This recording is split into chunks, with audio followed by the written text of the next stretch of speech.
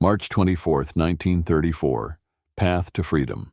The United States Congress enacted the Tidings-McDuffie Act, officially known as the Philippine Independence Act. This pivotal legislation set the Philippines on a definitive path toward sovereignty, marking a significant shift in U.S.-Philippine relations.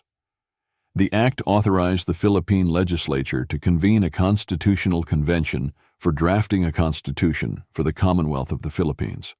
This convention assembled on July 30, 1934, in Manila. By February 8, 1935, the delegates finalized the draft constitution, which received approval from U.S. President Franklin D. Roosevelt on March 23, 1935. The Filipino populace ratified it through a plebiscite on May 14, 1935.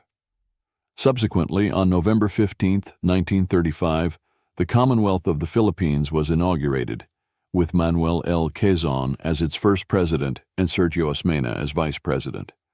The Tidings-McDuffie Act outlined a 10-year transitional period during which the Commonwealth would exercise increasing autonomy in domestic affairs, while the United States retained control over foreign relations and defense matters.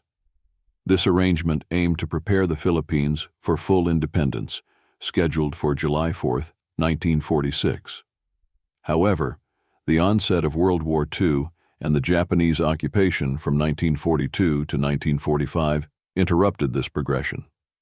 Despite these challenges, the commitment to Philippine independence remained steadfast, culminating in the formal recognition of the Republic of the Philippines on July 4, 1946.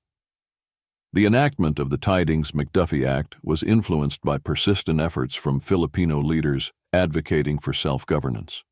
Figures such as Manuel L. Quezon and Sergio Ospina played instrumental roles in negotiating terms that would lead to independence. Their dedication was evident in missions to Washington, D.C., aiming to secure favorable legislation. The act itself was named after its sponsors, Senator Millard Tydings of Maryland and Representative John McDuffie of Alabama, who facilitated its passage through the U.S. Congress. Beyond its political implications, the Tidings-McDuffie Act had significant socioeconomic impacts. It reclassified Filipinos as aliens for U.S. immigration purposes, imposing an annual quota of 50 immigrants. This change curtailed Filipino migration to the United States and reflected the complex interplay between immigration policy and colonial relationships.